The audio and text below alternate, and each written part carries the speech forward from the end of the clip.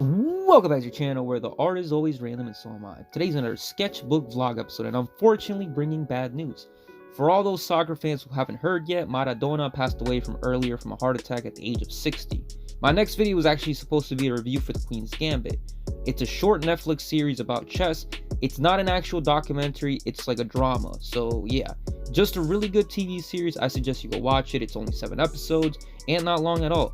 But yeah, back to the video. So Maradona is definitely an icon for those who don't know. He's basically on the level of Michael Jordan, Magic Johnson, Kareem Abdul-Jabbar, Wilt Chamberlain. For other sports, there's Babe Ruth, there's Michael Phelps for swimming, there's wrestling fans, Ric Flair, Hulk Hogan, Sting, Macho Man Randy Savage, and the list goes on. He's up there in that level as considered one of the GOATs of his sport, top 5 for sure. So he was, at least in my personal top 5 greatest soccer players of all time in history, and he will be remembered as a soccer legend by all fans.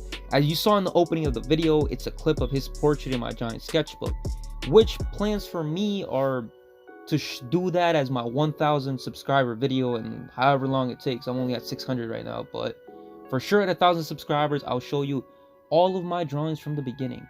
That book is 6 or 7 years old. I never got to finish it, but it's crazy how far I've gotten. All you see, all those drawings aren't very well done, but as they say, practice makes perfect, and I'm nowhere near perfect, but I am getting really good at what I do.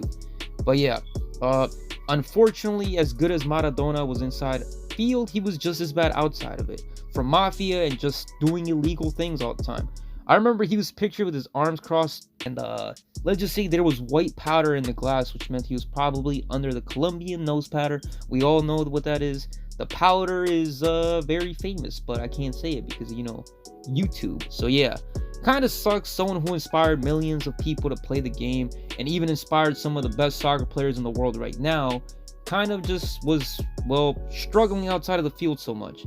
But he at least helped make soccer what it is today, from his style of play of just improvising in the weirdest and craziest ways. Maradona's greatest achievement was winning the World Cup in the late 80s for Argentina, and ever since that he became an icon and a living legend over there. He was already one of the best players in the world at the time, but that helped cement his face in the Mount Rushmore of soccer. In my opinion, though, Messi is the greatest soccer player of all time, but we will also put Maradona up there, probably in the 4th on the list. I'm pretty sure after he won the World Cup, people probably had a photo of him in their house with a shrine. Just that's how crazy soccer fans were for Argentina back in the day. And now Argentina's kind of has good players. It's just they don't know how to work well together, and they're probably not going to win the World Cup with Messi anytime soon. Probably not for another 30, 40 years when they finally win one. But that's just how things are. And yeah, I don't know. Maradona was just a crazy player, and he improvised so well that it just blew my mind. One of my favorite, well, Maradona history moments of all time was the Maradona run. At least that's what I call it. So what he ended up doing is, well, let me just put a GIF here for copyrighted issues or whatever. Just look at this. He ran past like so many players, and then he was a one-man team. Took every single player on and then scored, and that was just a crazy moment.